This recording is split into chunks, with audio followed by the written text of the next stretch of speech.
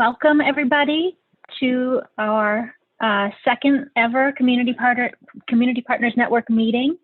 Thrilled to have you all here. And just quickly go over the agenda for today. We're going to welcome our new partners. We have a lot of new people, and look at the revised partner pages on drugfree.org, which is where we have all of you listed and where there's information about the program. Then our president, Fred Munch, is going to go over our Help and Hope by Text program and how you can share that with your the people that you work with. We have a bunch of new people joining us. I'm just letting people in. Then we have a partner spotlight. Becky Odell from Parents Helping Parents is going to talk a little bit about her work. We'll talk about some upcoming events and resources, and then go into just an open conversation, questions, issues, whatever y'all are facing that we want to talk about as a group. Okay, so for those of you who are new, I'm going to just really quickly orient you to who we are and what we're doing. We are the Partnership to End Addiction, formed from the 2019 merge of Center on Addiction and Partnership for Drug-Free Kids. So taking the media acumen and family services of Partnership for Drug-Free Kids and the research powerhouse of Center on Addiction, and creating a new organization that is oriented towards helping the helpers. So we are about shoring up the infrastructure around people who are suffering with addiction. So at the center of our work is the families, caregivers, parents, spouses, loved ones who are trying to help out people in their families and circles who are struggling with addiction. That's at the human level, at the family services direct level, and then we also work with states, health systems, care providers, and policymakers to transform the way we deal with addiction at a macro level as well. So that's just a quick overview of what our organization does. And then Community Partners, as most of you know, is a new program that we just launched last fall. Delighted to have you all as part of it. We realized that the locally based organizations around the country who are doing the work every day out there in their communities are an essential part of the change that we're trying to make. And so we want to bring all of you into the fold and have you collaborate with each other and with us, share resources, both our resources and your own, and just eliminate some of the duplication of effort and the silos that we're all working with. So this program is meant to shore up your work and help make it stronger, and we are delighted to have you. So with that, here's a little update on the program. We now have 108 members in 37 states and growing. This is our little heat map that I'm proud of. And we hope to be in all 50 states soon. We're actively doing outreach. So if you all have colleagues at other organizations, particularly in these light colored states, feel free to share information with them about the program and have them join us, because the more members we have, the stronger we are. So with that, here's a couple of reminders. We have this lovely little Community Partners badge that you can put on your website and link to drugfree.org, where we have lots of resources. We also have a LinkedIn group that's pretty quiet so far. We'd love for you guys to be chatting in it.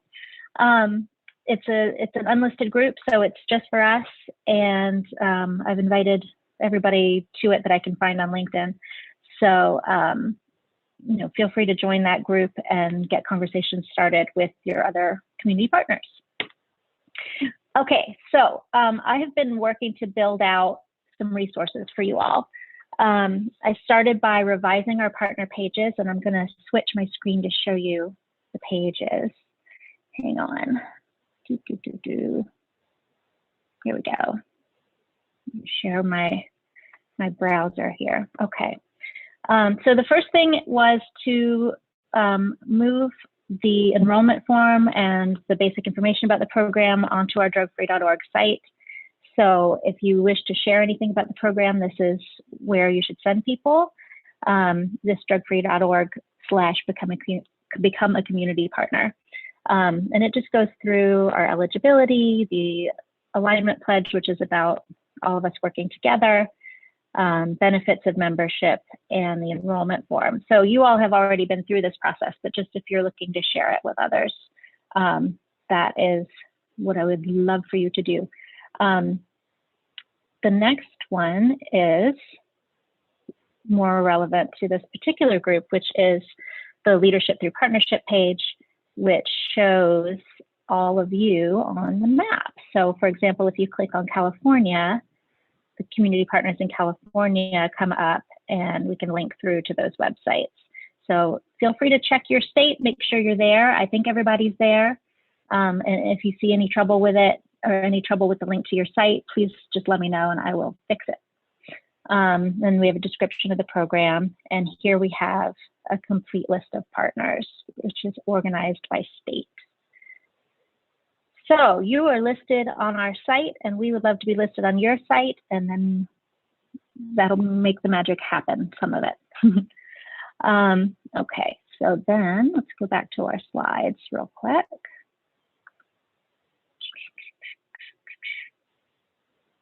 There we go.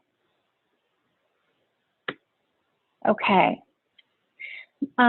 With that, I'm going to introduce our president, Fred Munch, who will talk with you all about Help and Hope by Text. Fred, are you there? Everybody, yeah, I am. I'm so sorry. I don't know why my camera is not working. Oh, let me make sure that's not a settings issue. Hang on a sec. Where are you? There you are. I know what it is. I was on a Google Meet. Wait, let me just. That might. It says your video is going, but I don't see you there. You know what? I'm going to do one thing and jump back in. I think I know what it was. I'm so sorry. Hold. Okay. So we will just wait for Fred for a minute. Oops. There we go. And anybody who wants to say hello, feel free while we wait for Fred.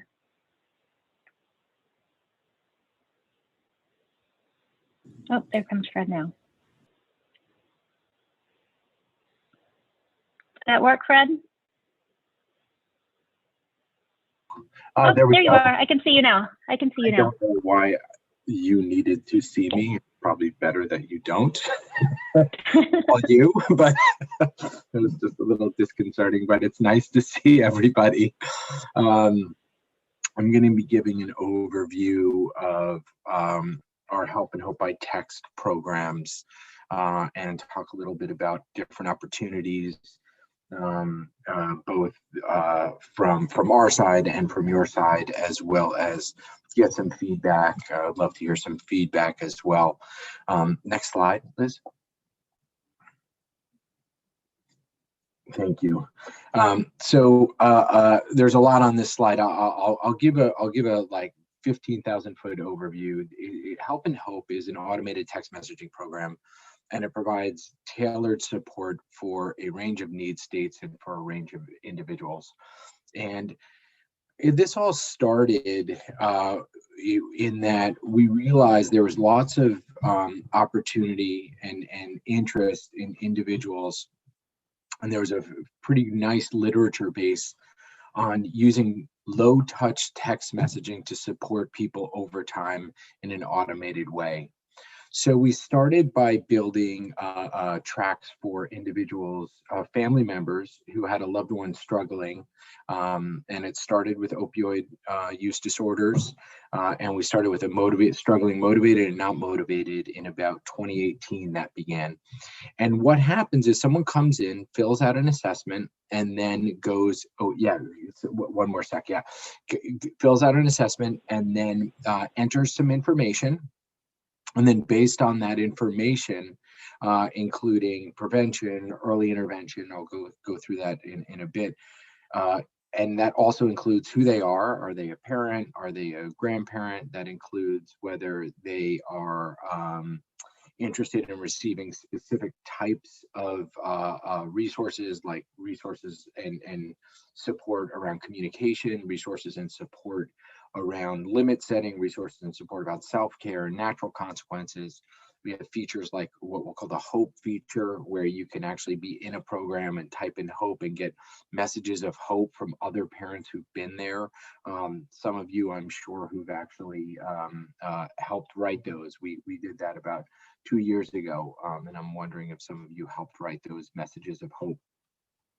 And the goal here really is to provide a low touch support for individuals who might not be ready to get in-person support, talk to somebody, or someone who just wants a salient reminder of supporting themselves or supporting their loved one.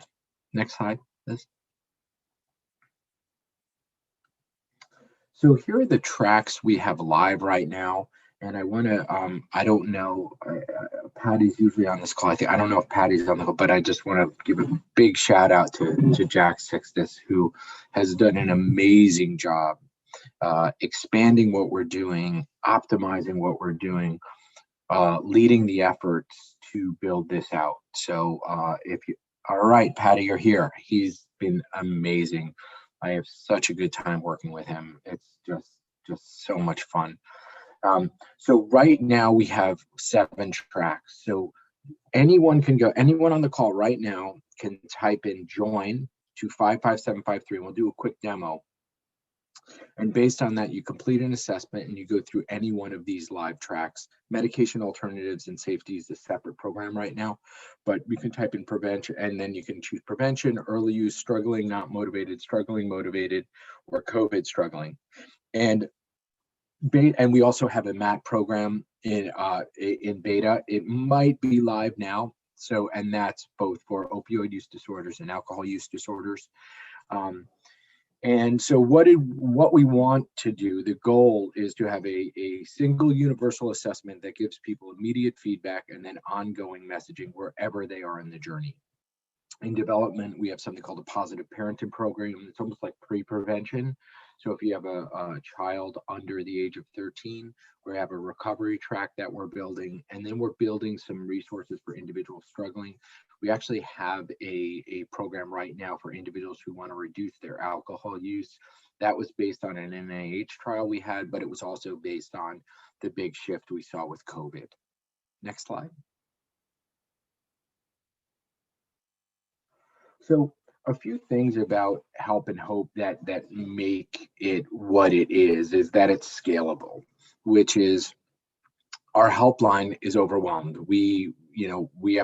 We're constantly struggling with demand. We have to pull back advertising because we don't have all of our specialists for demand. We're really excited that there's some opportunities where coaches are going to take more of a role on the helpline, coaches that want to be on the helpline, take calls.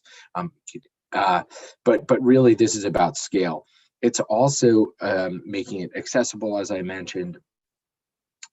Another important component is that it's flexible to the needs. We can add a new message in tomorrow, for example, and that new message can be based on something that just happened. So if there's an overdose, a national overdose, a celebrity overdoses, we can add it into any one of the programs. So the program can be adaptable. If we realize there are certain drug trends, we can add those drug trends in. The other thing we've done is we've actually we're doing a pilot now with ODMAP.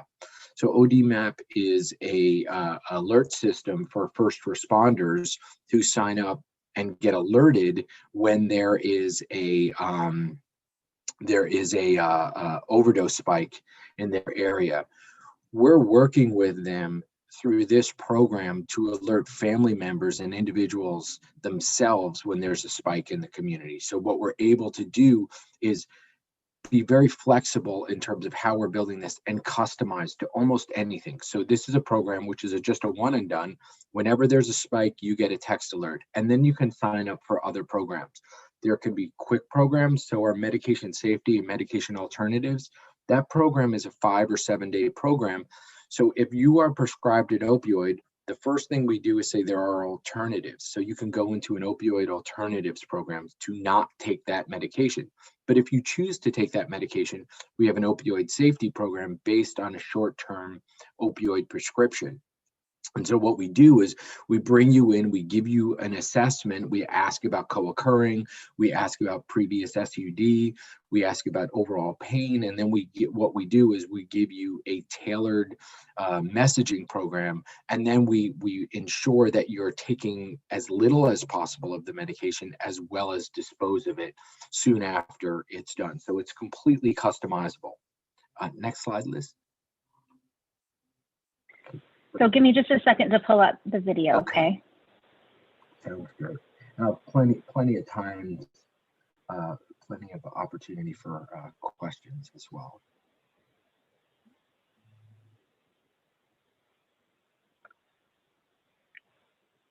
Okay, here we go. Let me make this large, and there you go. Can you guys see that? This wonderful demo created by Jack Sixtus.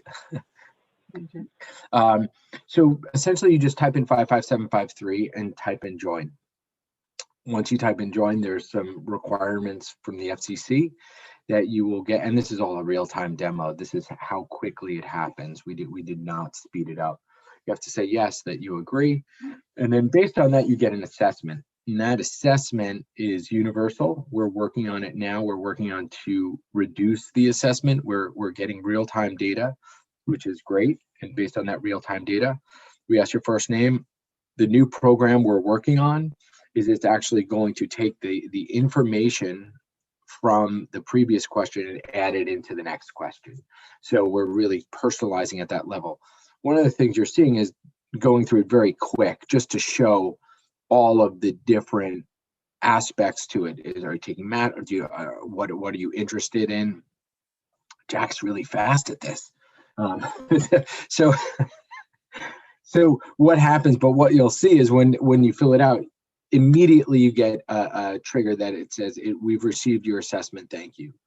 And then you can do things like type in things like hope and get a message of hope. You can type in a message like COVID and get specific tips and tools around COVID. So there's lots of things, specific resources. And I think I saw Ann Benson's name. Ann was the leader of our COVID resources. Thank you, Ann. You can also drop. So at any time you can drop. There's two things I do want to highlight as part of the demo. One is we ask for a zip code, and this is where certain things come in. We're to be very mindful of zip code, where we can add your organization into messages based on zip code. So as a partner, if we type in, Alabama, and a zip code in Alabama, we can make sure that not one more Alabama is in our resources there. We can do that across the country. Right now it's state level, so we're not at the county or zip code level because of all the zip codes and all the work it requires. So we do it based on state level, but we're able to do that. So we're able to integrate your organizations into our resources based on the state. So what we do is the single state agency, but we're happy for the next phase to add all of your organizations into the state level. So someone who is just signing up for a program knows you exist. There are other options. Next slide. I think there's one more. Yeah. Well, I'll get to that in a moment. People like it. People really like it. We just did an assessment of our services with an outside organization. Now, granted, it was only about 150 people, but what we found was that the programs with the highest level of satisfaction were the parent coaching, which is no surprise to any of you, and Help and Hope by Text. Those both. And part of it is these are longer programs. So it used to be our helpline was a one and done. We're expanding out. Help and Hope is one way. Also, many people helpline, so it's a little, confounded. But overall, people are really enjoy getting them because they're this sort of salient, subtle reminder that there's someone there for them. And I don't know if you saw Jack typed in that chat feature. So at any point when someone's getting a text message, you can type in chat So you can be in the program for 90 days and you can type in the word chat. Within 2 to 3 hours, if it's within helpline time, someone will get back to you. A specialist will get back to you and you can start to chat with a specialist. So what we find is there's different levels, right? This is a low hanging fruit level to start engagement, and then connect with a specialist if you're not ready, because it's hard to reach out. So that's one of the reasons we do this. And what we found is, since we've added chat to Help and Hope, around 30%, it might even be 40 now, of individuals who sign up for Help and Hope are now connecting with a specialist. Next slide. Great. So yeah, you can do it. There's a social card. Thank you, Liz. You can put that on the site so you can link to it. You can simply text join to 5753 to do it. We'll reach out to get all of your information. We'll work with Liz, and we'll send a consent if you want your organization in the zip code based and state based resources that we send out to people for customization. So what we did for Delaware, for example, is we had a contract with Delaware. We created a program just for the Delaware Department of Mental Health and Addiction Services. We can do the same. There are sort of lower hanging fruit opportunities and then more interactive opportunities. Like, so for example, if you wanted your own text messaging programs for your own program to connect possibly with a specialist, you could do that. We have an option where we license our platform and our services. So there are customizable options, but there are also free options as well. Next slide. So that's the end of the slides, Fred. There were a couple of questions in the chat. Can we feel secure that texts will not have a political bent to them? And is this for both youth and adults? Do you want to speak to that? Yeah, sure. In terms of a political bent, I would say yes, in terms of just general politics, in terms of red, blue, Republican, Democrat, all that. There is the work we do. We certainly have a harm reduction approach. If someone's struggling, if someone's at risk, we ask if they're IV user, if you've overdosed, and we focus on harm reduction. So if there is, we talk, if someone's an IV user, we talk about needle exchange, we talk about naloxone. So if that is considered political, then yes, but not in terms of anything else. And we do not send, in our programming, just so everyone is aware, we do not send advocacy alerts through this. That's all a different mechanism. So we do not sign anybody up. So we don't say, sign up and, for Cara or a HEAL or whatever it might be. We don't do that. In terms of the individual struggling and family member, our programs are heavily geared towards family members, as many of you know. We are doing several things. The first one is the medication program is both for individuals and concerned others. So if you are an individual, you can sign up for that as well, particularly on the alternative side. The other, and that program is in beta. It's live, but it's in beta, and we've had a number of physicians help us with that. We also have, as I mentioned, we have this NIH study on the problem drinking. That is direct to the consumer as well. It is not, you can type in reduce to 55753 and get a shorter program. Within 6 months, what you'll find is we're going to have a full program, 6-month program with interactive features. You can type in drink and get a drinking plan for the night. If you're trying to moderate, if you're trying to abstain, you type in abstain. So there'll be a lot of interactivity. And then finally, one of the things we're doing is onto our site is we're building in an immediate feedback component. So right now you sign up for Help and Hope, but you have to give your information. As part of our shift, because what we're recognizing is there's still not enough distance for some people. Some people want to remain anonymous, but get tailored content and feedback. So what we're doing is we're adding something we're calling this universal assessment. That's going to be universal, whether you go into the helpline, Help and Hope, and we're going to add it to our website. You can do it on your mobile phone, however it might be. Based on that, you complete that assessment, you're going to get immediate feedback. That immediate feedback is going to give you information on substance of choice, whether you're having trouble with communication, whether you're a grandparent or a parent. So it's going to give you that feedback anonymously. You can also get that feedback sent to your mobile phone as well and sign up for Help and Hope, for example, and get ongoing texts or sign up for the helpline. What we're doing with that, though, is we're going to ask if you're an individual looking for your help for yourself. And we're going to, at least in the start, give you immediate feedback if you're an individual. So you have something, and then we're going to triage you to your local state helpline or local organizations that can better serve you than we can. Other questions? There was another one, Fred. Question 3 offers 5 options that describe someone's situation, but doesn't include having a child in recovery from an SUD. Is your goal to focus primarily on prevention, early intervention? You mentioned a recovery track, right? Do you want to say more about that? It's in development right now, so we're working on that. And many of you, we'd love to get your feedback. So right now, we're starting out in the recovery track.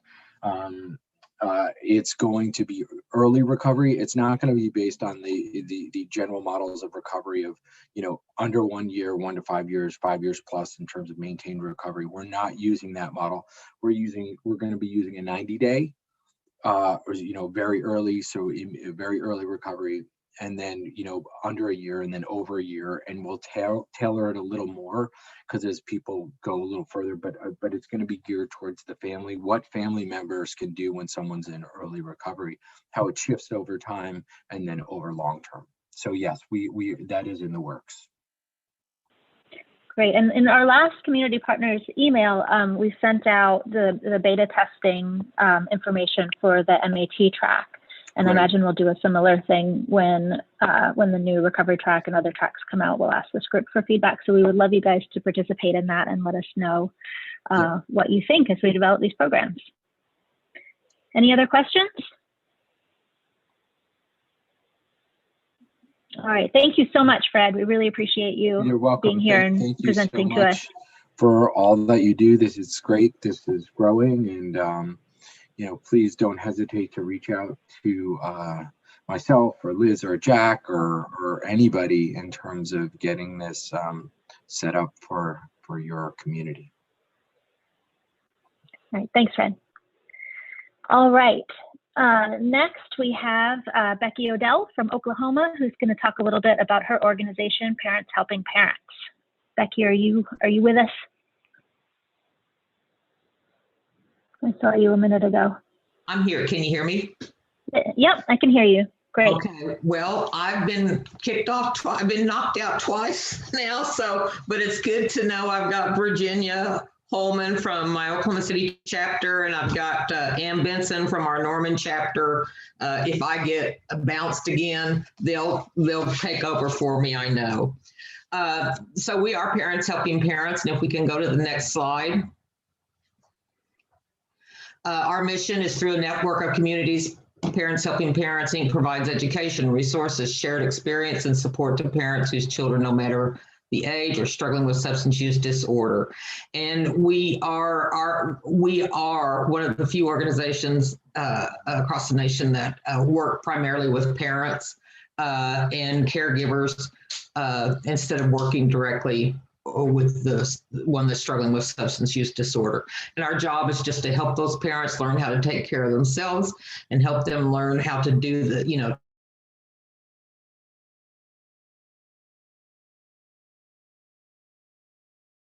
the next slide, it will let you see, that kind of lets you see what our chapters are doing locally on a local level. And then I'm going to let you know what we do to support our chapters, because that's what we're here for as a state organization, is to support those chapters. And one of the things that we do is chapter development. So we really work to add new chapters. And one of the things that we've been doing recently is looking at how we can make that process a little bit easier for smaller communities across rural Oklahoma.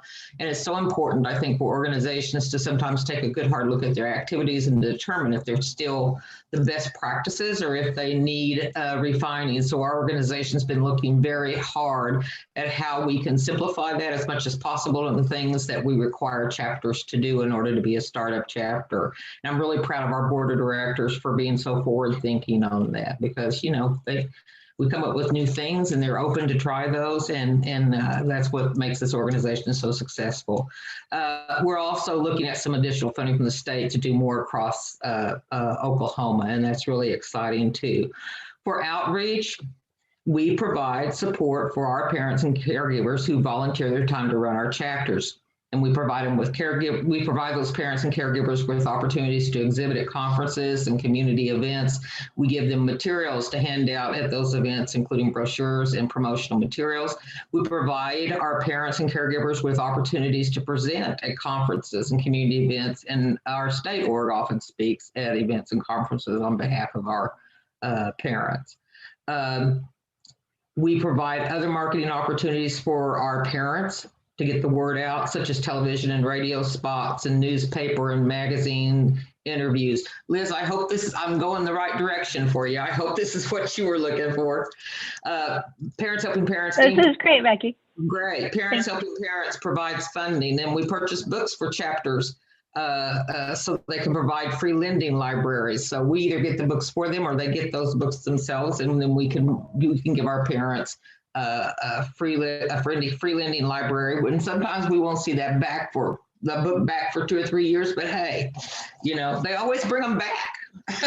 So anyway, and we provide space on our website for those chapters where we promote their meetings and other news that they may want to share locally. We also list resources on that website for parents and caregivers. On a state level, we operate a virtual meeting twice each month that allows us to reach out to parents and caregivers and families across the state. And we work really hard to have a parent and professional and our facilitator in those meetings. Both Virginia and Ann have been a part of that virtual chapter, and we really appreciate that. It's important for us to have that parent voice. I can't tell you how important it is to do that. We've had so much response to the virtual meetings and to our local chapter meetings, because right now our chapters are meeting virtually instead of in person, that we're looking to add a permanent online chapter meeting to be run much like our local in-person meetings. Through the temporary online chapter meetings, we've gained new folks, and these are from our state and other parts of the nation, and we don't want to leave them high and dry when we go back to live chapter meetings. So that's kind of exciting to be talking about a permanent virtual chapter meeting that will be more like our in-person. We can't give them the hugs unless we figure that out. We're working on it. But yeah, we constantly hear from those folks when they join, and they're saying they had no idea there was something like Parents Helping Parents available for them. So we just don't want to leave them high and dry. Advocacy, we take every opportunity to advocate for our parents and our caregivers and families with state rallies, advocacy groups that we're involved in, individual legislators that we visit with, and interacting with other state leaders. Our partnerships, we work at forming and maintaining partnerships with other organizations and work with families. And we just recently became a state chapter for the National Federation of Families. In fact, Oklahoma just became the only state that has 2 state chapters for the National Federation of Families. We're the great experiment because they usually only have 1 chapter in each state. But I think they're working on this substance use disorder side. And so we're very excited about being the only state with 2 state chapters. We also partner with the Oklahoma Department of Mental Health and Substance Abuse on many activities at the state level, and we've received funding for our organization's work from them. We're finding more and more that are where there are amazing opportunities with the partnership to end addiction. I really appreciate the partnership to end addiction because there's so much we can take advantage of there. And we heavily rely on them when we're referring parents to their helplines and parent coaching and other services. So we appreciate that so much. We invite our local chapter volunteers to join us in planning, promoting our annual fundraiser, which helps our activities and allows us to provide grants to our local chapters for operational and other needs. And partnerships allow us to continually stay involved and keep us up with everything that's happening in the state and local levels. So that's what we do as a state chapter. I'm sure I've missed something, and Virginia and Ann can chime in when they want to. The only other thing that I wanted to give you, because we are doing so much virtually, and I did read these numbers, I think, at one of our meetings, Liz. So year to date for this fiscal year, with our chapter that we have on Facebook, we've had people who come and look at those views after. We have 191 people year to date that come in and actually view them. And then people who come and look at the recorded chapter meetings, that's 18,607 in this past fiscal year. That would be July through March. And then with our chapter meetings, that are closed, they're more private, and people have to, go to a Zoom meeting to view those and everything. Through March, we've had 747 who have attended, which I think are pretty good numbers for our virtual chapter. And then so overall, we have been able, our outreach has included either through our virtual chapter or through our virtual meetings or through our chapter meetings. We've reached 19,545 people since the first of this fiscal year in July. So this virtual thing that we're exploring and trying to work with has certainly made a difference for us in how many we reach. And what I always tell our board when we're talking about these numbers is, number one, we're reaching people all over the state, but we're also reaching those people who might not be able or just would not, because of stigma, be ready to attend an in-person meeting. But we can expose them to these meetings, and we can kind of show them what we can do, and they can kind of see other parents and interact with other parents. And it's just a great opportunity for us to let them learn about parents, helping parents in the most comfortable way, which is sometimes anonymously, and chapter meetings, and they can watch the virtual meetings and just sit there and watch and come back. So it's just been a pretty exciting year, and I think COVID has made a difference for us in some ways, in a positive way, as we've had to adapt. And Ann and Virginia, are there anything you guys want to add? Okay. That's all I have. Does anybody have any questions? Oh, well, then I did a really good job, Liz. Thank you so much, Becky. I appreciate you telling us about your work. Let's see, somebody's saying something in the chat. Let's see. Oh, just everybody's giving you their kudos. Any thoughts or questions for Becky before we go on? All right. Thank you so much, Becky. All right, let's see here. Here we go. So I'm going to talk a little bit now about some upcoming events and resources that we have for you guys. On May 4th, we are doing a webinar with Kevin Sabet. He's the director of Smart Approaches to Marijuana, and he's just coming out with a new book called Smokescreen: What the Marijuana Industry Doesn't Want You to Know. And it's about the kind of profit motive of the emerging marijuana industry and how we can work together to protect kids. So if you would like to join us for that, I'm going to send around these slides afterwards, so you all can just click through and register if that's of interest to you. Okay, next. Here's a new thing. So this came about because we were looking for a community partner for a grant application we were doing. And when I was looking through my list of partners, I realized that there are some of you all that I know that I've had conversations with and come to mind right away. So I can say, oh yes, Becky is going to be a terrific community partner for this because she, I know this and that about her organization.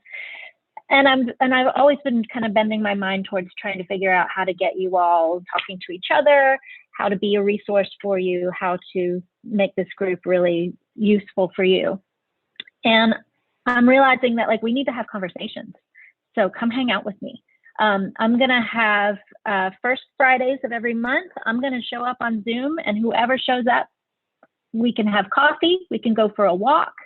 We can sit here and chat about whatever you all want to chat about. I'm not going to make an agenda. You don't have to register. Just show up and let's hang out, and I want to know more about you. So that's what that is. So again, with with the slides going around afterwards, you can just save this link information and show up when you feel like it. All right. So that is a new thing that we're going to try. If one person shows up, fine. If 10 people show up, fine. If nobody shows up, I'll just sit there by myself for an hour and drink my coffee. Okay, next up, I know this is like long awaited and it's still in the works, but I'm hoping to have it done soon. CPN Hub on drugfree.org. This is going to be a password protected page just for you all. You go to the link, you put in your password, and then you have access to it. I want to have a calendar of your events and of our meetings so that it's just right there for you. You can attend each other's virtual things. Everything's virtual right now, which in some ways is good, because you know, someone in Arizona can attend an event in New York and vice versa. I'm working with our marketing and comms team to take some of our resources and make them shareable for you all to put your logos on as well as ours and share with your communities. And I want to have a form that you can request specific resources. Like you can say, I really need something on vaping. Can you give me something on vaping? Or I need something, you know, I really like this article on your site. Can you put it in a format that I can share?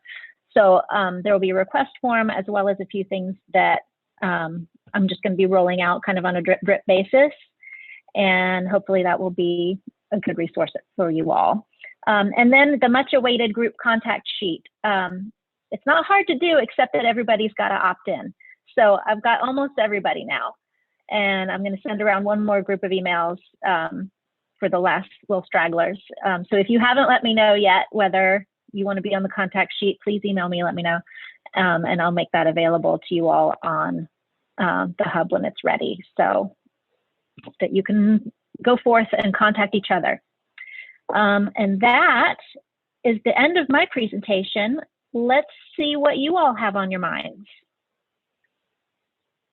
Who wants to speak up? Who wants to be the first? It's always fun to get conversations started. Suzanne, do you have something to say? Yeah. Can you hear me now? Yep. Am I on? Okay. First of all, wow, I'm thrilled to be part of this group. And Becky, I'd love to send you a book I wrote with my daughter for your parents. And if you like, I mean, I'll send you as many as you want, no charge, no shipping. It's a real free book. You know how they say free, but then they add the shipping. I can text you or contact you, but I look a little tired today. I'm really excited. Special Angel has started thinking out of the box because our funders wanted to know what have you been doing, because you know we can't go anywhere. We use music to help kids and really troubled teens in agencies, and so we started a YouTube channel, and we have a lot of videos. We have a lot of musicians talking about music, and I'm just really excited about it. Suzanne at specialangel.org if you would like to have a link to that, or I can send it to Liz and she can let everyone know. And we did get another funding from the Johnny Carson Foundation after explaining to them what we were going to do. So they liked the idea, and now we just want to see if it works. So I would love to have feedback if anybody wants to know about that. I'm just really excited to be a part of this group and be able to network with some of you guys. Thanks. Thank you, Suzanne. Norma, I think you raised your hand. You guys don't have to raise your hands. Just when there's a pause, just go ahead and unmute and speak. Okay, thanks, Liz. First of all, this is my first meeting, a brand new member, and I'm really, really excited to be able to exchange information so freely with people that have forward thinking about prevention and treatment. I wanted to just pose this question to everyone who's on the Zoom call today. I'm trying to assess how broad the scope is for the abuse of nitrous oxide. I'm working with a coalition in Michigan, even though I'm based in Pennsylvania, but they are having a really significant problem with inhaling whippets, which are meant to be chargers for whipped cream dispensers, which would mostly be a restaurant item, but yet their corner stores and gas stations are selling these packages of 50 whippets in a package. And what is happening is that after people return to their offices in Southwest Detroit after the first lockdown, their streets and parking lots were littered with these whippet cartridges. They cleaned up over 40,000 of them in Southwest Detroit in 2020. They expect by midsummer that we'll have cleaned up 100,000 of these containers, which are an environmental hazard, as well as the problem of people who are misusing the nitrous oxide. And now we have tanks showing up as discards as well, because the tanks contain 100 times as much nitrous oxide as a package of 50 whippets. So the high only lasts for a few minutes, so people tend to go back and continue the use, and these bigger tanks give them more access to it. So I was really wanting to tap in and see if anyone else is finding this is happening. I know it's been a problem in California.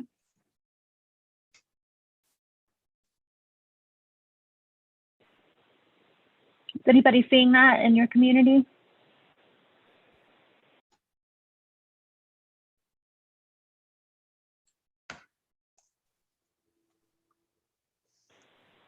Hi, I'm Kim. I mean, I can remember. Oh, I'm Go ahead, sorry. Kim. I was just going to say, I wouldn't say it's like a surge. It's something that I hear about anecdotally here and there, but I don't think it's right now. I'm in Pennsylvania as well. I'm on the eastern end of the state, and we're obviously dealing a lot with cannabis these days with kids. That seems to be number one for young people. Well, not alcohol, still number one, but it's, kind of marijuana's gone with a bullet right now because of all the legalization talk. But yeah, I don't know that I see a huge surge in nitrous oxide. Okay. I will just add to this that the Monitoring the Future survey at the end of 2020, when they compared, I believe it was March 2020 to March 2019, because of the interruption this year in surveys, there is a 64% increase among 8th graders using inhalants. That is a huge increase over a 1-year period of time. And it begs the question, if the survey could have continued to the end of 2020, what would this look like? What substances are the 8th graders using? A lot of times it's going to be aerosol, like the cleaners for keyboards, were a favorite use. But the statistic, the 64% increase was a huge concern for those of us who are working with, I work with schools in prevention. We provide a prevention program that parent and child attend to together in hopes that they never pick up an experiment. So we're always interested when we see an increase like that. And I would invite anyone to connect with me if they do see this problem, because we are working with Detroit City Council, the Michigan State Legislature, to really, get this under control, because it's only getting much, much worse. And while I'm talking about Michigan, one of the good things to come out of working on this coalition was that I discovered the ANGEL program with the Michigan State Police. Is anyone familiar with the ANGEL program? Well, this is an amazing, to me, it was just so astounding to find out that this is occurring in Michigan. You can go to any state police post in Michigan to seek treatment. And you're not going to be denied treatment because you don't have insurance. You're going to be assigned with an advocate to see you through the next few days until they can place you in treatment.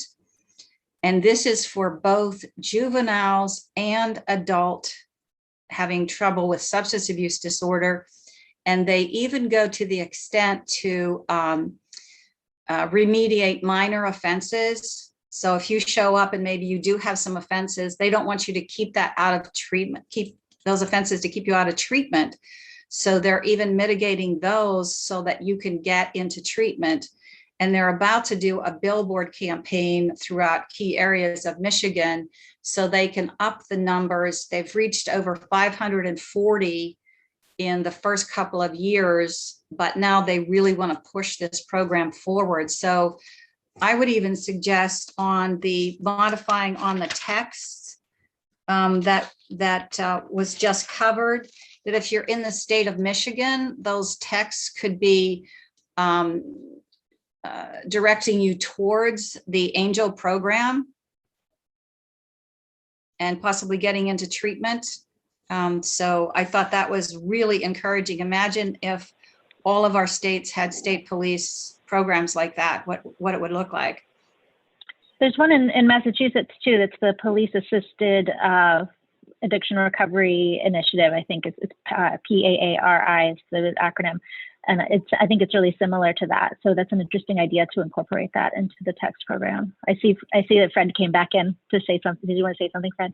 Yeah, sorry, I was double meeting. I had to do an interview for someone, so but I'm done. Yeah, those are perfect examples. So if you can then just leave initiatives or things to do, we want to have that comprehensive list. So that would be great.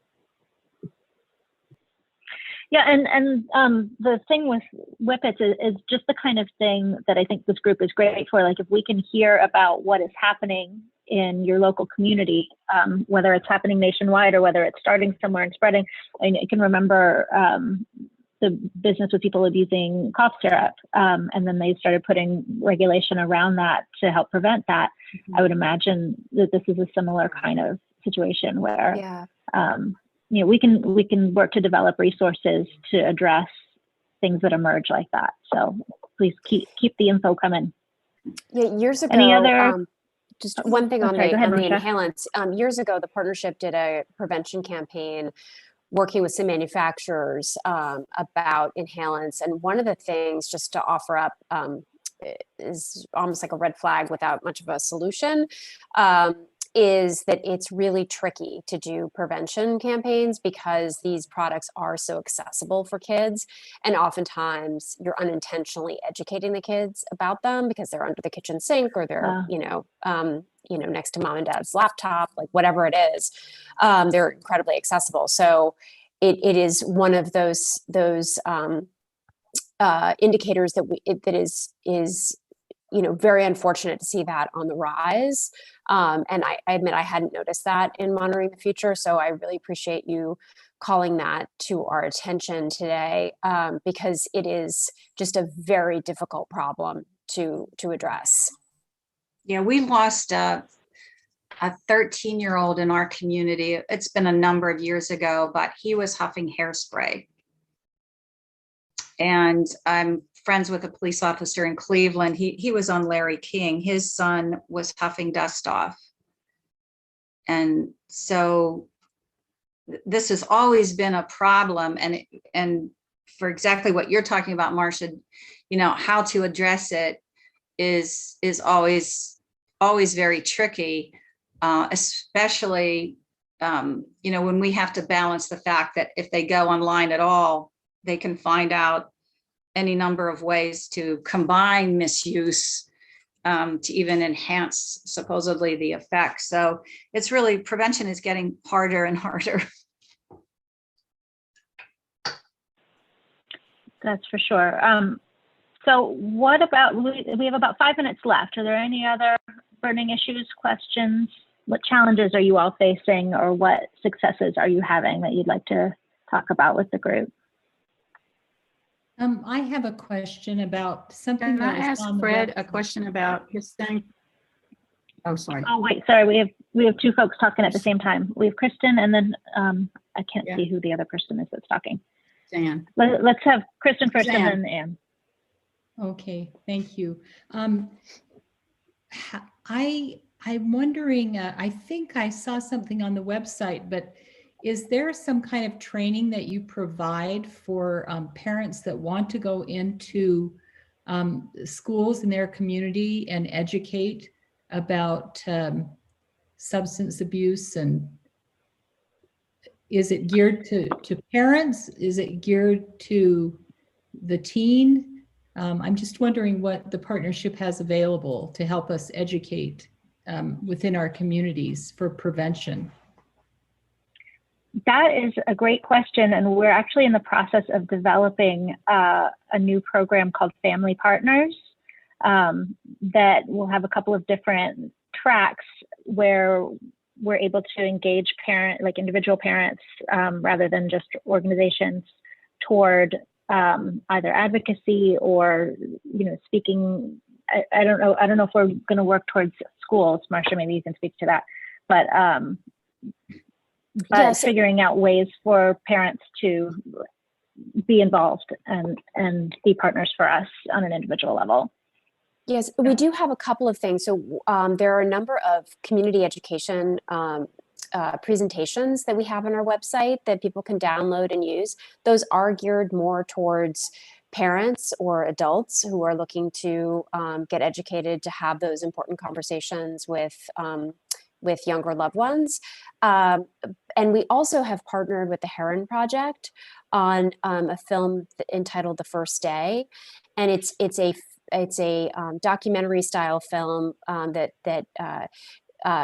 tracks Chris Heron. And for those of you who don't know who he was a professional basketball player who developed an opioid use disorder, and he sort of was at the top of his career and lost everything and has built himself up and is now going around and speaking at schools. And pre-COVID, he taped a number of these school conversations, and really instead of talking about the end of the story, which is what we oftentimes hear in these school presentations about addiction and treatment and the scary times, he really wants kids to talk about the first day and what makes them pick up that red Solo cup in someone's basement that first time, and what the motivation is, and sort of talking through some of those emotions. It's really powerful.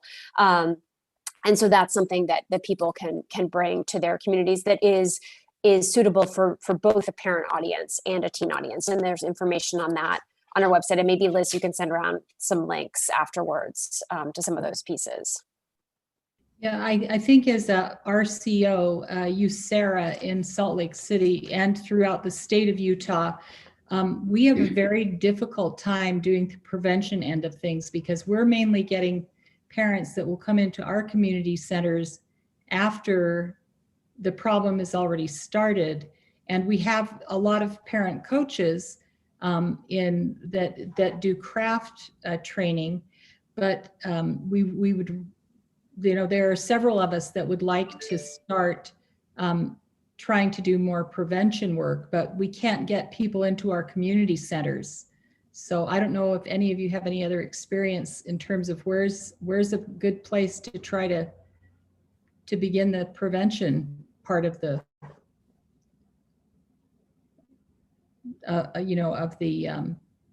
the work that needs to be done. Yeah, for a long time we really have had that same problem getting parents' attentions. It's always the parents who are already talking to their kids who show up for that drug talk at school. So a few years ago, we did a documentary called Breaking Points that's also available on our website.